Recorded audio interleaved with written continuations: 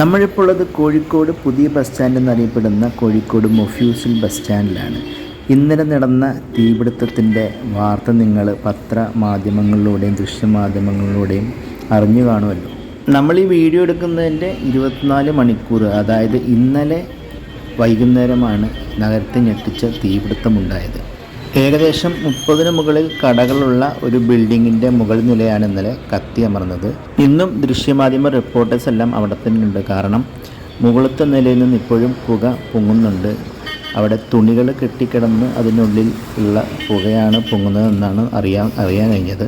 പ്രധാനമായിട്ടും കാലിക്കറ്റ് ടെക്സ്റ്റൈൽസിൻ്റെ ഗോഡൗൺ ആണ് ആ മുകളിലത്തെ നിലയിൽ പകുതി ഭാഗത്തുണ്ടായത്. അതാണ് ഇന്നലെ ഫുള്ള് കത്തിയമർന്നത്. ഇന്നും കേരള പോലീസും കേരള ഫയർഫോഴ്സും വളരെയധികം സജ്ജമായിട്ട് ഇന്നവിടെ സുരക്ഷയ്ക്കായിട്ട് നിലയുറപ്പിച്ചിട്ടുണ്ട്. ബസ് സ്റ്റാൻഡിൻ്റെ ബാക്കി ഭാഗങ്ങളിലുള്ള കടകളെല്ലാം തുറന്നിട്ടുണ്ടെങ്കിലും തീപിടുത്തതിൻ്റെ താഴെയുള്ള കടകളെല്ലാം ഇന്ന് സുരക്ഷയുടെ ഭാഗമായി അടച്ചിടുവാനായിട്ട് പോലീസ് നിർദ്ദേശിച്ചിട്ടുണ്ട്.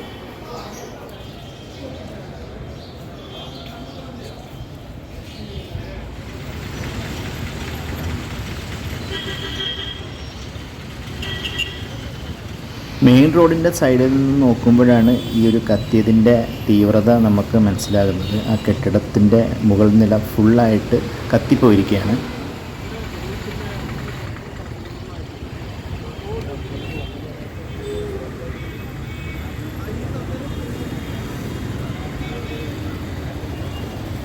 കത്തിയ ബിൽഡിങ്ങിൻ്റെ താഴെയുള്ള ബസ് ബേ ഒഴിച്ച് ബാക്കി എല്ലാ ബസ് ബേയും ഇന്ന് ആക്റ്റീവാണ്. ഇന്നലെ സുരക്ഷയുടെ ഭാഗമായിട്ട് ബസ് സ്റ്റാൻഡ് ക്ലോസ് ചെയ്തിരുന്നെങ്കിലും ഇന്ന് ഫുള്ളായിട്ട് ഓപ്പണാക്കി യാത്രക്കാർക്ക് കൊടുത്തിട്ടുണ്ട്.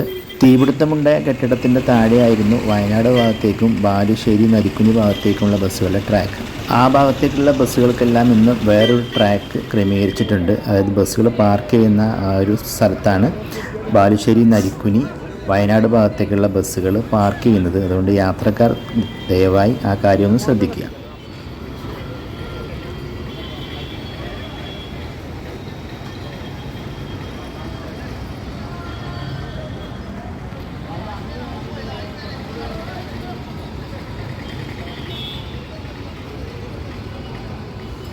അത്രയും ഭാഗത്തേക്കുള്ള ബസ്സുകൾ ഈ ഒരു ലെഫ്റ്റ് സൈഡിലെ പാർക്കിങ്ങിലേക്ക് വന്നപ്പോൾ തന്നെ ഈ എക്സിറ്റ് വളരെയധികം ബ്ലോക്കായിട്ടുണ്ട്.